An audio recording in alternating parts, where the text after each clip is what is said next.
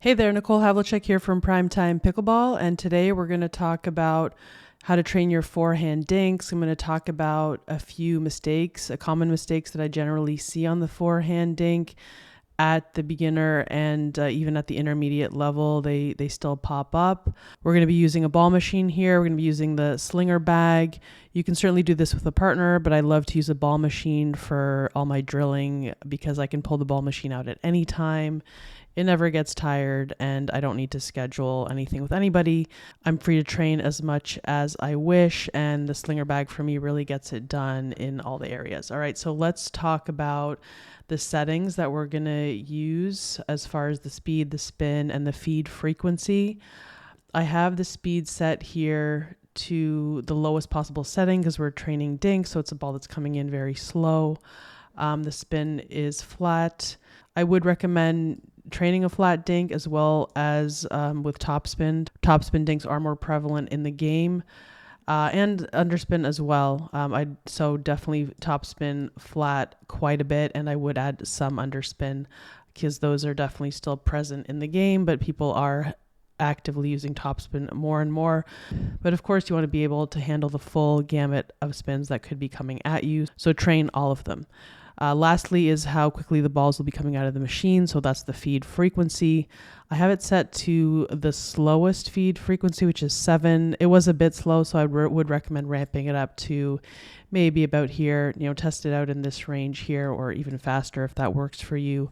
So that it's coming out at a more regular clip.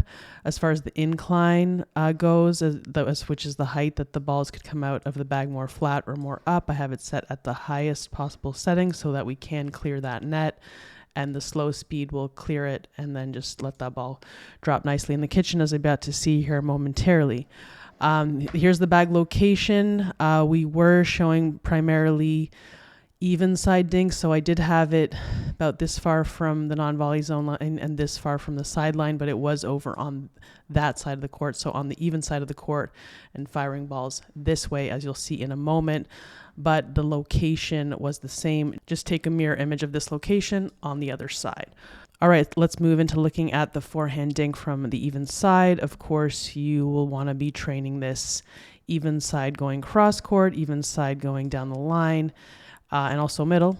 And then you'll want to do this from the odd side, doing all those 3 dinks as well. So of course, forehand dinks from all areas of the court, but if you're on the even side, you have to cover this dink here with your forehand, and you'll be getting a lot of forehands on this side, so definitely training it on the even side is somewhere you'll want to be a lot. Okay, let's dive into the dink here. So I'm going to let this run a few times. I want you to look at this one first for a few.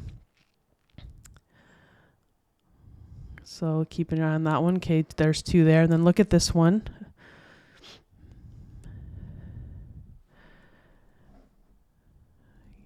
Okay, now I'm going to show you the same thing in slow-mo so you can get a little bit of more time to take a look at things. I'll let it run through one more time, and then we're going to start breaking it down. All right, so in my view, one of these is a stronger dink than the other, and we're going to break it down here. So take a guess at which one I think is better. I think this one is stronger than that one. So I'd recommend you try to hit your dinks more often like this than like that. Sometimes you will have to hit them like this, but it's going to be on more rare occasions, only if you kind of misjudge the depth and you have to make adjustments at the last second. Here, she steps back off the line, which is often what beginners and lower intermediates tend to want to do, because they want to let this ball that bounces here come up higher, because it is easier when the ball is slowed down and it's peaked, or even when it's descending, to hit it there. So notice she'll let it come up so she can get it. The ball is slowing down. It's more comfortable contact. Here she's taking it more on the rise, and I like that because she's holding her ground. So notice how here she steps back. She's a bit leaning back as she hits it. Here she's leaning forward and still holding a nice position at that line. Here she steps back, and then she ends up back here and does not reclaim the line. That is a very common mistake at lower levels of dinking, to let yourself get pushed back because you want to give that ball some time to rise and get a little bit more of a higher, slower contact. Work on that on the rise ball, taking it pretty soon after it comes up so that you can hold your position. At times, will you want to do this? Sure, but that's not what we're covering here. We're covering being able to hold position up at the line, because we tend to drift into doing this all the time at lower levels, and that's not what we want to do. You want to be very deliberate if you're choosing to do this for other reasons that we're not going to get into here, because that's more like advanced level dinking. So we want to be holding the line and taking it early and just gently pushing it. Cross court is a very good target. Good. What I really like that she's doing is she has a nice athletic stance on both of these here. Okay, and the next thing we're going to show is, let's freeze frame it at the contact, because that's going to be very key. Right there. Okay, here. You'll notice here her wrist is straight. It's in line with her forearm. You'll notice here there's a bit of an L shape in the wrist. She has this wrist laid back. We prefer that. That's going to have a more in-front contact for you. Here it gets a little bit to the side. It's not quite to her side, but you have more options and more control when you get a nice in-front contact here. On this one, she ends up hitting it more with her elbow. You'll notice, I'll run it a second. She lets that elbow bend forward, which is what brings the paddle forward. Here, she brings the paddle forward from her shoulder. So let's just show that here. Notice on the left here, there's the bending at the elbow as she hits it. Okay, and then here, it's more from the shoulder. So we'll take a look at the one on the right. The elbow's much more quiet, and it's more from the shoulder. That's what we'd prefer. Now, backing it up a bit from the start of the dink, let's run through slowly here and look at the one on the left. And you'll notice how she is taking it back high. Okay, here she like a lot of people do this. They'll turn like it's a forehand drive and then kind of come down into the dink this way. I really want you to more just lay your paddle down forward and then push this way, which she does better on this side. So let's take a look at this one here again. Notice how she does this kind of like taking it back and like a C type motion. So she ends up doing this kind of thing.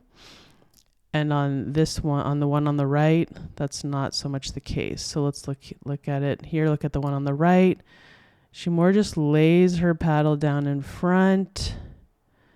She does close the face a bit, that's okay, but she goes straight this way and then pushes forward. So it's like she gets right behind the contact and then forward instead of like a stroke like this. That's how you want to dink. You just want to lay that paddle down and then send it forward. Keep the motion simple because you're not like striking the ball. You're just getting the paddle face behind the ball and pushing. And that's what we want there. And that's what she accomplishes on this one and not so much on that one. So this is a more stable, stronger dink, and that's what you want to be doing as opposed to that one. Okay, so get out there, train your dinks, get that in front contact, reduce any type of swinging, push from the shoulder, stand your ground, try not to let that ball push you around. You're in control of the shot, you meet it, you take it on the rise, you send it back, and you don't let it push you. You are stable and holding your position, and you're in command of that shot. It's not in command of you. Get out there, work those dinks to all directions, from all directions, and you'll watch your dinking game improve. All right, get those reps in, and we'll see you in the next video.